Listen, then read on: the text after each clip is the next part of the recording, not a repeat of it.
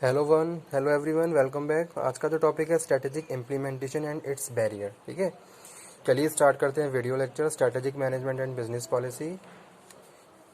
और टॉपिक है strategic implementation, how we can implement the strategy, और उसके बाद इट्स बैरियर। ठीक है, चलिए वीडियो लेक्चर शुरू करते हैं। मेनली जो अगर हम बात करें स्ट्रेटेजी की, तो स्ट्रेटेजी फॉर्मेशन के साथ साथ स्ट्रेटेजी इम्प्लीमेंटेशन होना भी बहुत ज़्यादा ज़रूरी है। ठीक है, जनरली अगर हम बात करें स्ट्रेटेजी अगर फ्रूटफुल, अगर कोई भी ऑर्गेनाइजेशन अपनी स्ट्रेटेजी के बाद अपने ऑब्जेक्टिव्स अचीव नहीं कर पाता है, तो कहीं ना कहीं जो कमी होती है वो इम्प्लीमेंटेशन की होती है।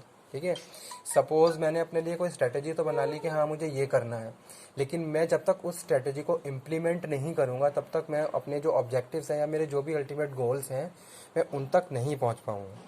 तो वही हम आज इस लेक्चर में बात डिस्कस कर रहे हैं, स्ट्रेटेजी इम्प्लीमेंटेशन, कि किस तरीके से एक स्ट्रेटेजी इम्प्लीमेंट होनी चाहिए, और उसको इम्प्लीमेंट जब हम करते हैं तो कौन कौन से बैरियर्स हैं जो उसको इन्फ्लुएंस करते हैं। ठीक है, और वो स्ट्रेटेजी में एज अ बैरियर का काम करते हैं। ठीक है, strategic implementation is a critical to a firm success. ठीक है, बहुत क्रिटिकली अगर इम्प्लीमेंटेशन की बात करें तो क्रिटिकल है फॉर एक फर्म के सक्सेस के लिए। क्यों? क्योंकि इम्प्लीमेंटेशन होना भी जरूरी है, जितने जरूरी स्ट्रेटेजी फॉर्मुलेशन है उतना ही जरूरी स्ट्रेटेजी बहुत इफेक्टिवली इम्प्लीमेंट होना जरूरी है। ठीक है, अगर इम्प्लीमेंट नहीं है तो बहुत क्रिटिकली है किसी ऑर्गेनाइजेशन की सक्सेस के लिए। तो वो यहाँ पे हम बात कर रहे हैं, simply formulating a strategy does not suffice the purpose of corporation. The strategy has to effectively implement so as to acknowledge the strategy. ठीक है, अब यहाँ पे हम बात कर रहे हैं स्ट्रेटेजी फॉर्मुलेशन और इम्प्लीमेंटेशन की। मीन्स टू से कि अगर मैंने अपनी ऑर्गेनाइजेशन, सपोज मैं अपनी कोई भी कंपनी ऑर्गेनाइजेशन रन कर रहा हूँ, अब मैंने उस ऑर्गेनाइजेशन को रन करने के लिए जितना ज़रूरी स्ट्रेटेजी पे काम करना है उतना ज़रूरी स्ट्रेटेजी को अप्लाई करना भी है। ठीक है, बहुत सारे मेरे डे टू डे फंक्शंस हैं, बहुत सारे मेरे अल्टीमेट ऑब्जेक्टिव्स हैं, गोल्स हैं। अब मैंने उन गोल्स को अचीव करने के लिए स्ट्रेटेजी फॉर्मुलेट तो कर ली, लेकिन फॉर्मुलेशन के साथ साथ उतना ही ज़रूरी उसको इम्प्लीमेंटेशन भी है, तभी हम अपने ऑर्गेनाइजेशन के अल्टीमेट गोल्स को अचीव कर सकते हैं। ठीक है, तो वो यहाँ पे हम बात कर रहे हैं।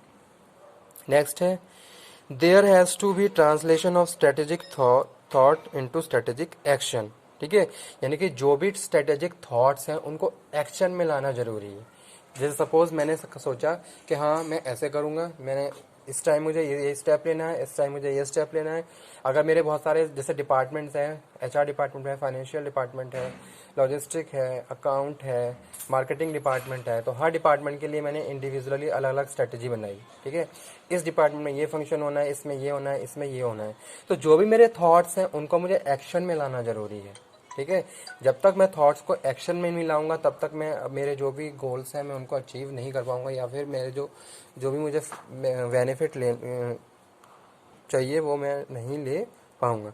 तो वो यहाँ पे हम बात कर रहे हैं, there has to be translation of strategic thought into action. ठीक है, जो भी स्ट्रेटेजिक थॉट्स हैं उनको एक्शन में, जैसे सपोज अभी एक एग्जांपल कोट करता हूँ मैं, गवर्नमेंट बहुत सारी पॉलिसी लेके आती है हर साल। ठीक है, बहुत सारी पॉलिसी लेके आती है। अब उन पॉलिसी को फॉर्मुलेट तो कर दिया, लेकिन उनको एक्शन में लाना भी जरूरी है। ठीक है, यानी कि जो भी पब्लिक है, पब्लिक को उसे उसके बारे में पता होना चाहिए ताकि पब्लिक उससे ज़्यादा से ज़्यादा बेनिफिट ले सके। ठीक है, तो उसके लिए क्या है, हमें क्या करना है, पब्लिक अवेयरनेस ज़रूरी है वहाँ पे, ताकि उन्हें पता चले कि इस तरह की कोई पॉलिसी भी गवर्नमेंट ने हम लोगों के लिए लेके आया है, गवर्नमेंट लेके आई है, और हम इस तरीके से उससे फ़ायदा ले सकते हैं। तो वो यहाँ पे हम बात कर रहे हैं। ठीक है, तो strategic formulation is the proposed action to meet the intent of organization. ठीक है, अगर हम स्ट्रेटेजिक फॉर्मुलेशन की बात कर रहे हैं तो हम बात कर रहे हैं स्ट्रेटेजिक इंटेंट। ठीक है, जो भी हमारे ऑर्गेनाइजेशन के vision, mission, goals and objective है, वो सारी चीज़ें तभी कवर अप हो सकती हैं जब हमने उस स्ट्रेटेजी को फॉर्मुलेट करके प्रॉपरली इम्प्लीमेंट कर लिया है। ठीक है, अगर इम्प्लीमेंटेशन नहीं है तो कभी भी हम अपने जो भी विजन, विशन, गोल्स, ऑब्जेक्टिव, जो भी हमारी स्ट्रेटेजिक इंटेंट है, इनको हम कभी भी अचीव नहीं कर सकते, इन पे कभी भी, उनसे हम कभी भी मीटअप नहीं कर सकते। ठीक है, तो वो यहाँ पे लिखा हुआ है। Implementation on other hand stress on who, when, where and how of achieving the desired organization goal and objective. ठीक है, तो ये सारी चीज़ें हम डिस्कस कर सकते हैं किसमें, स्ट्रेटेजिक इम्प्लीमेंटेशन में।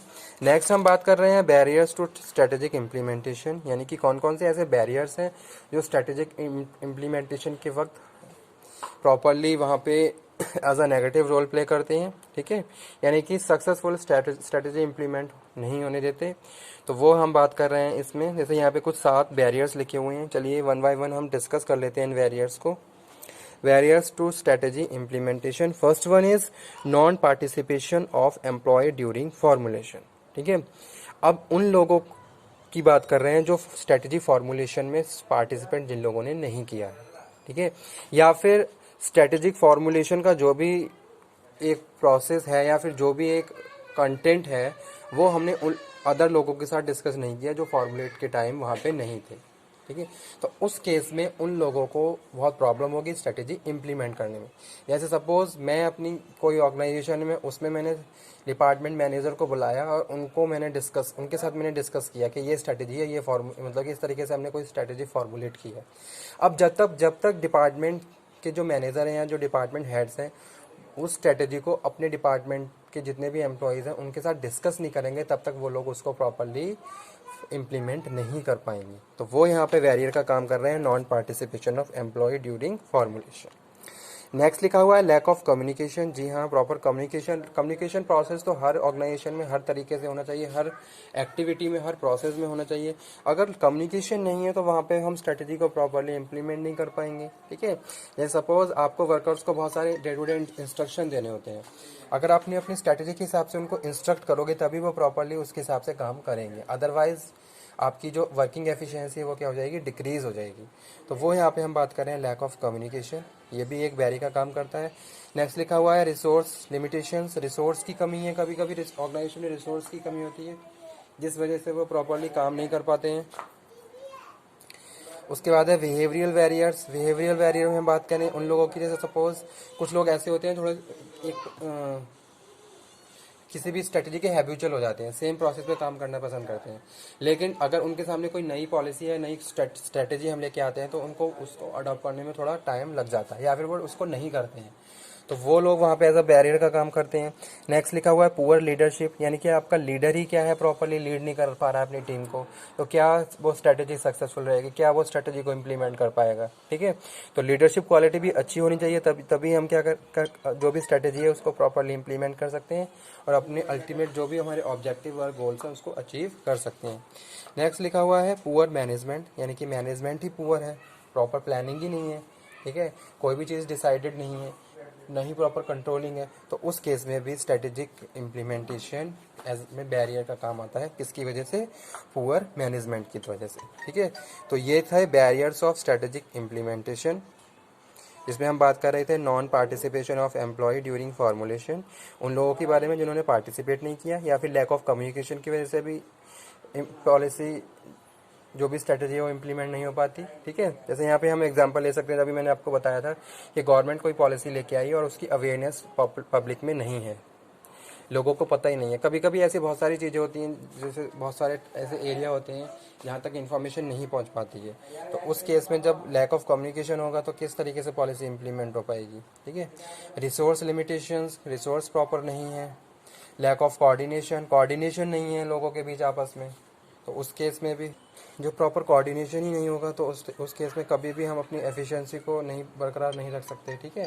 तो कोऑर्डिनेशन, हर चीज़ अपने अल्टीमेट गोल्स ऑब्जेक्टिव है उनको पूरा करने के लिए कोऑर्डिनेशन होना बहुत ज़रूरी है।